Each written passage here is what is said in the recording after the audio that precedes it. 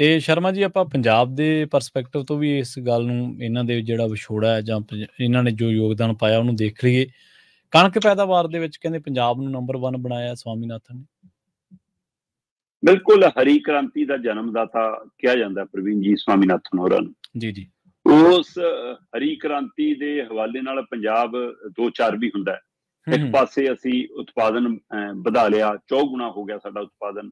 ਅਸੀਂ ਦੇਸ਼ ਭਰ ਦੇ ਵਿੱਚ ਕਣਕ ਉਤਪਾਦਨ ਚ ਨੰਬਰ 1 ਆ ਗਏ ਸਵਾਮੀਨਾਥਨ ਦੇ ਬੀਜਾਂ ਦੇ ਹਵਾਲੇ ਨਾਲ। ਪਰ ਦੂਸਰੇ ਪਾਸੇ ਅਸੀਂ ਝੋਨੇ ਦਾ ਉਤਪਾਦਨ ਵੀ ਉਸੇ ਦਬਕੇ ਕੀਤਾ ਜਿਹਦਾ ਨਤੀਜਾ ਅਸੀਂ ਪਾਣੀ ਆਪਣਾ ਗਵਾ ਲਿਆ। ਹਾਂਜੀ ਬਿਲਕੁਲ। ਸਾਡਾ ਪਾਣੀ ਧਰਤੀ ਹੇਠਲਾ ਪਾਣੀ, ਜਦੋਂ ਕਿ ਝੋਨਾ ਸਾਡੀ ਫਸਲ ਨਹੀਂ ਸੀ, ਪਰ ਅਸੀਂ ਦੇਸ਼ ਦੇ ਢਿੱਡ ਭਰਨ ਦੇ ਹਵਾਲੇ ਨਾਲ ਸਾਨੂੰ ਇਹ ਲਾਲਚ ਦਿੱਤਾ ਗਿਆ ਕਿ MSP ਤੇ ਖਰੀਦਾਂਗੇ। ਪਰ ਉਹ ਲਾਲਚ ਦਾ ਸ਼ਿਕਾਰ ਅੱਜ ਸਾਡਾ ਕਿਸਾਨ ਹੋ ਗਏ, ਹੋਰ ਖੇਤੀ ਕਰਨੀ ਉਹ ਛੱਡ ਗਏ, ਹੋਰ ਫਸਲਾਂ ਬੀਜਣੀ ਛੱਡ ਗਏ। ਤੇ ਸਰਕਾਰ ਜਾਣ ਬੁੱਝ ਕੇ ਦੂਜੀਆਂ ਫਸਲਾਂ ਦੀ MSP ਦੇਣ ਲਈ ਤਿਆਰ ਨਹੀਂ। ਉਹਨੂੰ ਲੱਗਦਾ ਕਿ ਸਾਨੂੰ ਚੌਲ ਆਉਣ ਦਿਓ ਤੇ ਪੰਜਾਬ ਦਾ ਪਾਣੀ ਮੁੱਕਣ ਦਿਓ। ਤੇ ਇਹ ਇੱਕ ਰਾਜਨੀਤਿਕ ਸਾਜ਼ਿਸ਼ ਹੈ ਕਿ ਜੇ ਸਵਾਮੀਨਾਥਨ ਦੇ ਤੁਸੀਂ ਹਵਾਲੇ ਨਾਲ ਕਹਿੰਦੇ ਹੋ ਅਸੀਂ ਕਣਕ ਝੋਨੇ ਤੇ MSP ਦਿੰਦੇ ਹਾਂ, ਤਾਂ ਸਵਾਮੀਨਾਥਨ ਤਾਂ 32 ਫਸਲਾਂ ਦੀ ਗੱਲ ਕਰਦੇ ਨੇ। ਬਾਕੀ ਫਸਲਾਂ ਕਿੱਥੇ ਨੇ? 30 ਫਸਲਾਂ। ਉਹਨਾਂ ਦੇ ਉੱਤੇ ਕਦੋਂ ਦੇਣੀ MSP? ਸੋ ਇਸ ਲਈ ਇੱਕ ਸਿਆਸੀ ਲੁਕਮਾ ਏਜੰਡਾ ਵੀ ਨਜ਼ਰ ਆਉਂਦਾ। ਪਰ ਫਿਰ ਵੀ ਇਹ ਸਾਰੀਆਂ ਸਥਿਤੀਆਂ ਨਾਲ ਦੋ ਚਾਰ ਹੁੰਦਿਆਂ ਹੋਇਆਂ ਵੀ, ਕਿਉਂਕਿ ਹਰੀ ਕ੍ਰਾਂਤੀ ਤੋਂ ਬਾਅਦ ਇਹ ਪੰਜਾਬ 'ਚ ਪਾਣੀ ਮੁੱਕਣਾ ਸ਼ੁਰੂ ਹੋਇਆ। ਹਰੀ ਕ੍ਰਾਂਤੀ ਦੀ ਆਮਦ ਤੋਂ ਬਾਅਦ 'ਚ ਪੰਜਾਬ 'ਚ ਕਿਸਾਨ ਖੁਦਕੁਸ਼ੀਆਂ ਦਾ ਦੌਰ ਵੀ ਵਧਿਆ। ਪਰ ਇਹਦੇ ਬਾਵਜੂਦ ਵੀ ਅਸੀਂ ਉਤਪਾਦਨ ਦੇ ਵਿੱਚ ਦੇਸ਼ 'ਚ ਅੱਜ ਵੀ ਨੰਬਰ 1 ਹੈ। ਉਹਦੇ ਵਿੱਚੋਂ ਨਵੇਂ ਬੀਜਾਂ ਦਾ ਹਵਾਲਾ ਆਉਂਦਾ। ਸੋ ਉਹਦੇ ਵਿੱਚ ਸਵਾਮੀਨਾਥਨ, ਕਿਉਂਕਿ ਕਿਹਾ ਜਾਂਦਾ ਨਾ ਕਿ ਅੱਧਾ ਗਿਆਨ ਵੀ ਖਤਰਨਾਕ ਹੁੰਦਾ। ਉਸੇ ਹਵਾਲੇ ਨਾਲ ਸਵਾਮੀਨਾਥਨ ਦੀ ਪੂਰੀ ਰਿਪੋਰਟ ਲਾਗੂ ਹੋਣੀ ਚਾਹੀਦੀ ਹੈ, ਨਾ ਕਿ ਉਹਦੇ ਵਿੱਚੋਂ ਆਪਣੇ ਨੁਕਤੇ ਵਾਲੇ ਕੁਝ ਪੈਮਾਨੇ ਸਰਕਾਰਾਂ ਲਾਗੂ ਕਰਨ ਦੀ ਕੋਸ਼ਿਸ਼ ਕਰਦੀਆਂ, ਆਪਣੇ ਹਿੱਤਾਂ ਨੂੰ, ਕਾਰਪੋਰੇਟ ਹਿੱਤਾਂ ਨੂੰ ਧਿਆਨ 'ਚ ਰੱਖਦੇ ਆ।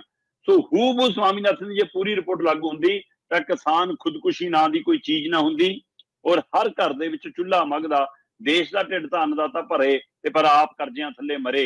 ਇਹ ਆਪਣੇ ਆਪ 'ਚ ਸਵਾਲ ਖੜਾ ਕਿ ਇਹਦੇ ਲਈ ਜ਼ਿੰਮੇਵਾਰ ਸਾਡਾ ਸਿਸਟਮ ਤੇ ਸਰਕਾਰਾਂ ਨੇ।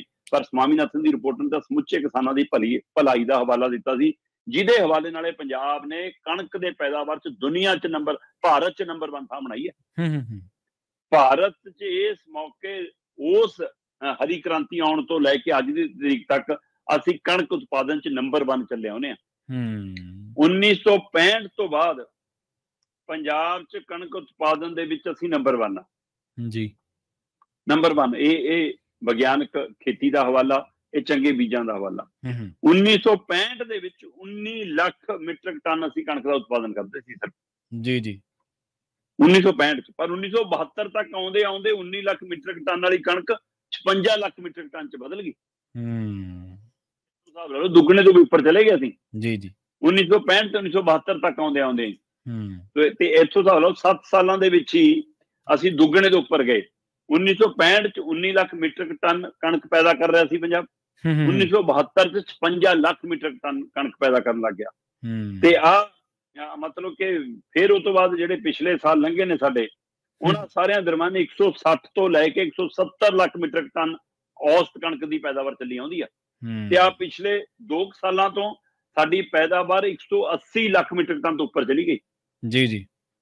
182 188 ਲੱਖ ਮੀਟਰਿਕ ਟਨ ਤੱਕ ਸਾਡੀ ਕਣਕ ਦੀ ਪੈਦਾਵਾਰ ਹੈ।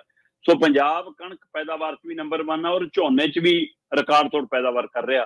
ਪਰ ਇੱਥੇ ਸਵਾਲ MSP ਨੂੰ ਲੈ ਕੇ ਔਰ ਉਹਨਾਂ ਦੀਆਂ ਹੋਰ ਸਿਫਾਰਸ਼ਾਂ ਜਿਹੜੀਆਂ ਹੈਗੀਆਂ ਨੇ ਬਦਲਵੀਂ ਖੇਤੀ ਦੇ ਹਵਾਲੇ ਨਾਲ, ਚੰਗੇ ਬੀਜ ਤੇ ਚੰਗੀਆਂ ਦਵਾਈਆਂ ਦੇ ਹਵਾਲੇ ਨਾਲ, ਉਹ ਅਜੇ ਲਾਗੂ ਨਹੀਂ ਹੋਈਆਂ। ਸੋ ਸਰਕਾਰਾਂ ਨੂੰ, ਚਾਹੇ ਉਹ ਸੂਬਿਆਂ ਦੀਆਂ ਸਰਕਾਰਾਂ, ਚਾਹੇ ਕੇਂਦਰ ਦੀਆਂ ਸਰਕਾਰਾਂ ਨੂੰ ਇਹੀ ਅਪੀਲ ਹੈ ਕਿ ਜੇਕਰ ਤੁਸੀਂ ਸਵਾਮੀਨਾਥਨ ਦਾ ਮਾਣ ਕਰਦੇ ਹੋ, ਸਨਮਾਨ ਕਰਦੇ ਹੋ, ਤਾਂ ਉਹਨਾਂ ਦੀ ਰਿਪੋਰਟ ਹੂਬਹੂ ਲਾਗੂ ਕਰਾਉਣ ਲਈ ਸੰਘਰਸ਼ ਕਰੋ। ਦੇਖੋ ਕਈ ਫਾਰਮੂਲਿਆਂ ਤੇ ਵੀ ਤਾਂ ਚਰਚਾ ਹੁੰਦੀ ਰਹੀ ਨਾ, C2 C1, ਇਹ ਵੀ ਤਾਂ ਉਹਨਾਂ ਦੀ ਖੋਜ ਦਾ ਹੀ ਨਤੀਜਾ ਸੀਗਾ ਨਾ, ਜਿਹਦੇ ਵਿੱਚ ਉਹ ਕਹਿੰਦੇ ਹੁੰਦੇ ਸੀਗੇ ਬਈ ਫਾਰਮਰ ਦੀ ਜਿਹੜੀ ਕਿਸਾਨ ਦੀ ਦਿਹਾੜੀ ਹੈ ਤੁਸੀਂ ਉਹਨੂੰ ਵੀ ਵਿੱਚ ਐਡ ਕਰੋ, ਜਿਹੜਾ ਉਹਨੂੰ ਵਿਆਜ ਪੈਂਦਾ ਉਹਨੂੰ ਵੀ ਤੁਸੀਂ ਵਿੱਚ ਐਡ ਕਰੋ, ਜਿਹੜੇ ਉਹਦੇ ਸੋਰਸਿਸ ਆ ਉਹਨਾਂ ਦਾ ਖਰਚਾ ਵੀ ਤੁਸੀਂ ਵਿੱਚ ਐਡ ਕਰੋ। ਅਸਲ ਦੇ ਵਿੱਚ ਸ਼ਰਮਾ ਜੀ ਇੱਕ ਬਹਿਸ ਤਾਂ ਜ਼ਰੂਰ ਹੈ ਕਿ ਹਰੀ ਕ੍ਰਾਂਤੀ ਨੇ ਪੰਜਾਬ ਨੂੰ ਕੀ ਦਿੱਤਾ ਕੀ ਨਹੀਂ। ਇਹਦੇ ਵਿੱਚ ਇੱਕ ਹੋਰ ਗੱਲ ਜਿਹੜੀ ਉਹ ਚਰਚਾ ਕਰਨ ਵਾਲੀ, ਜਿਹਤੇ ਚਰਚਾ ਹੋਣੀ ਚਾਹੀਦੀ ਔਰ ਖੁੱਲ੍ਹ ਕੇ ਹੋਣੀ ਚਾਹੀਦੀ ਹੈ ਕਿ ਕੀ ਇੱਕ ਵਕਫੇ ਤੋਂ ਬਾਅਦ ਪੰਜਾਬ ਦੇ ਵਿੱਚ ਜਿਹੜੀ ਹਰੀ ਕ੍ਰਾਂਤੀ ਵਾਲਾ ਪੈਟਰਨ ਸੀ, ਮਸਲਨ ਕਣਕ ਝੋਨੇ ਵਾਲਾ, ਇਹਨੂੰ ਫਸਲੀ ਵਿਭਿੰਨਤਾ 'ਚ ਬਦਲਣ ਦੀ ਲੋੜ ਨਹੀਂ ਸੀ? ਤਾਂ ਜੋ ਅੱਜ ਵੀ ਲੋੜ ਖੜੀ ਹੈ। ਅੱਜ ਤਾਂ ਬਹੁਤ ਵੱਡੀ ਖੜੀ ਹੈ ਨਾ, ਜਦੋਂ ਸਾਨੂੰ ਇਹ ਮਹਿਸੂਸ ਹੋਣ ਲੱਗ ਪਿਆ 2000 ਦੇ ਦਹਾਕੇ ਤੋਂ ਪਹਿਲਾਂ ਕਿ ਅਸੀਂ ਅਨਾਜ ਭੰਡਾਰਨ ਦੇ ਵਿੱਚ ਤਾਂ ਸਮਰੱਥ ਹਾਂ, ਪਰ ਸਾਡੇ ਕੁਦਰਤੀ ਸਰੋਤ 20 ਸਾਲਾਂ ਦੇ ਰਹਿ ਗਏ ਆ। ਅੱਜ ਆਪਾਂ 22 ਚ ਖੜਿਆ ਨਾ, ਇਸੇ ਕਰਕੇ ਪਾਣੀ ਘਟਦੇ ਦੀ ਗੱਲ ਕਰਦੇ ਆ, ਇਸੇ ਕਰਕੇ ਕੁਦਰਤੀ ਸਰੋਤਾਂ ਦੀ ਗੱਲ ਕਰਦੇ ਆ, ਉਪਜਾਊਪਨ ਦੀ ਗੱਲ ਕਰਦੇ ਆ। ਤਾਂ ਉਹਦੇ ਵੀ ਮੋੜਾ ਨਹੀਂ ਕੱਟਣਾ ਚਾਹੁੰਦੀ। ਹਾਂਜੀ, ਤੇ ਸਾਡੇ ਕਿਸਾਨ ਭਰਾ ਵੀ। ਸੋ ਦੇਖੋ, ਮੋੜਾ ਤਾਂ ਕਟਾਉਣਾ ਹੁੰਦਾ ਸ਼ਰਮਾ ਜੀ ਸਰਕਾਰਾਂ ਨੇ। ਕਿਸਾਨ ਦਾ ਤਾਂ ਇਹ ਹੈ ਕਿ ਉਹ ਇੱਕ ਮਤਲਬ ਉਹਨਾਂ ਨੂੰ ਤਾਂ ਇੱਕ ਜੋਖਮ ਰਹਿਤ ਖੇਤੀ ਕਰ ਰਹੇ ਨੇ। ਉਹ ਤਾਂ ਕਿ ਪੱਕਾ ਜਾਂ ਇੰਨਾ ਕੁ ਝੋਨਾ, ਇੰਨੇ ਕਣਕ ਹੋ ਹੀ ਜਾਣੀ ਹੈ ਹਨਾ। ਉਹਨਾਂ ਨੂੰ ਗਰੰਟੀ ਦੇ ਦਿਓ ਕਿ ਅਸੀਂ ਮੱਕੀ ਖਰੀਦਾਂਗੇ, ਗਰੰਟੀ ਦੇ ਦਿਓ ਕਪਾਹ ਇੰਨੇ ਦੇ ਖਰੀਦਾਂਗੇ, ਉਹਨਾਂ ਨੂੰ ਗਰੰਟੀ ਦਿਓ ਮੂੰਗੀ ਅਸੀਂ ਬਾਜ਼ਾਰ ਰੇਟ ਤੇ ਖਰੀਦਾਂਗੇ, ਸਵੇਰ ਨੂੰ ਬੀਜ ਦੇਣਗੇ ਤਾਂ। ਸੋ ਇਸ ਲਈ ਇਸ ਐਂਗਲ ਤੋਂ ਗੱਲ ਜਿਹੜੀ ਹੈ ਉਹਦੀ ਸ਼ੁਰੂਆਤ ਹੋਣੀ ਚਾਹੀਦੀ ਹੈ। ਪਰ ਉਹਨਾਂ ਨੇ ਜੋ ਉਸ ਸਮੇਂ ਦੀ ਮੰਗ ਸੀ, ਉਸ ਮੁਤਾਬਕ ਜੋ ਉਹਨਾਂ ਨੇ ਕੀਤਾ, ਉਹਦੀ ਅੱਜ ਆਪਾਂ ਚਰਚਾ ਕਰ ਰਹੇ ਹਾਂ।